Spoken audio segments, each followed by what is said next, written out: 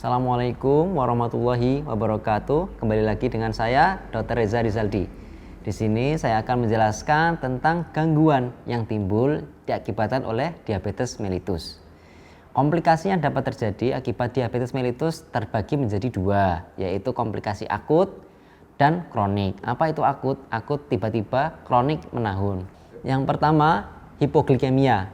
Apa itu hipoglikemia? Yaitu di mana kadar gula darah rendah. Pada pasien DM merupakan kondisi abnormal yang disebabkan karena intake makanan yang tidak sesuai.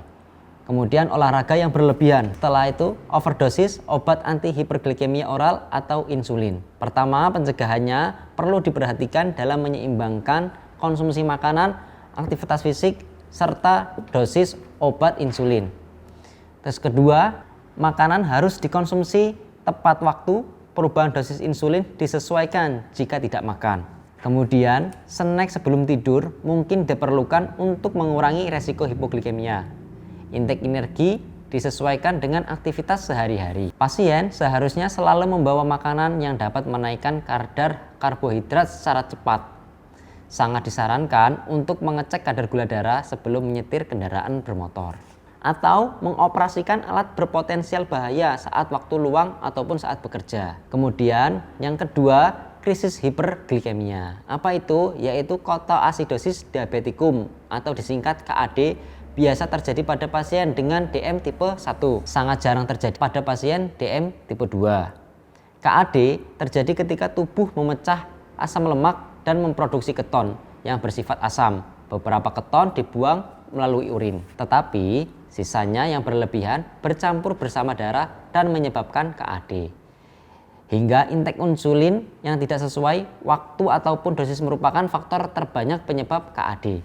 Hiperosmolar non-ketotik atau yang disebut HONG sering terjadi pada pasien dengan DM tipe 2 berhadapan dengan infeksi seperti infeksi kulit dan infeksi lainnya, sehingga mengakibatkan infeksi berat sehingga penyakit berat lainnya akan terjadi. Biasanya ditandai dengan dehidrasi berat, hiperglikemia berat, gangguan sirkulasi, dan penurunan kesadaran.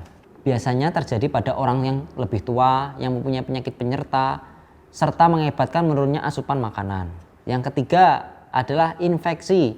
Pasien dengan DM tidak terkontrol sangat mudah terinfeksi bakteri, contoh mikrobakterium ataupun jamur.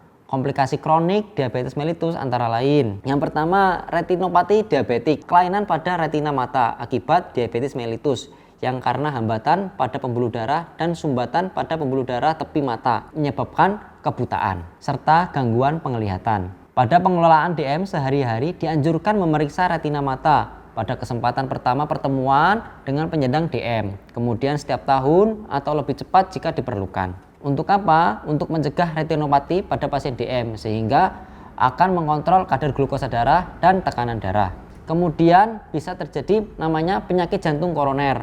Penyakit jantung koroner merupakan penyebab kesakitan dan kematian utama pada pasien dengan diabetes mellitus yang disebabkan karena banyak faktor, antara lain contoh hiperglikemia, hiperlipidemia, penuaan. Yang harus diwaspadai penyakit jantung koroner pada pasien DM jika tanpa disertai dengan nyeri dada yang khas penyakit jantung atau namanya silent infarct myocard. Hal tersebut terjadi dikarenakan gangguan sensitivitas sentral ataupun gangguan pada saraf sensorik. Yang ketiga, stroke. Hiperglikemia, hiperlipidemia, penuaan dini, stres oksidatif, serta perubahan-perubahan dalam proses pengentalan darah pada pasien DM mengarah pada aterosklerosis dini tidak hanya mengenai organ jantung, tapi dapat juga mengenai otak.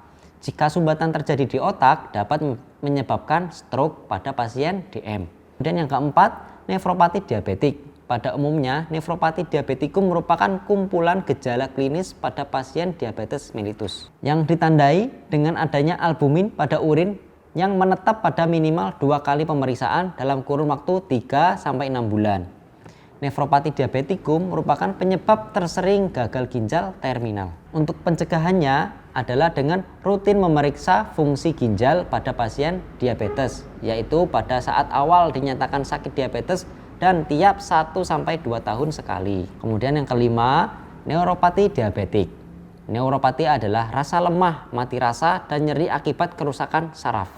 Komplikasi tersering pada DM adanya neuropati berhubungan dengan angka morbiditas yang tinggi meliputi. Kemudian, infeksi pada ulcerasi kaki yang terus berulang dapat mengarah pada tindakan amputasi. Yang terakhir adalah impotensi pada pasien DM laki-laki, yaitu di mana kondisi terjadi kegagalan disfungsi ereksi yang terjadi pada pria atau laki-laki yang tidak dapat melakukan atau mempertahankan ereksi untuk berhubungan seksual.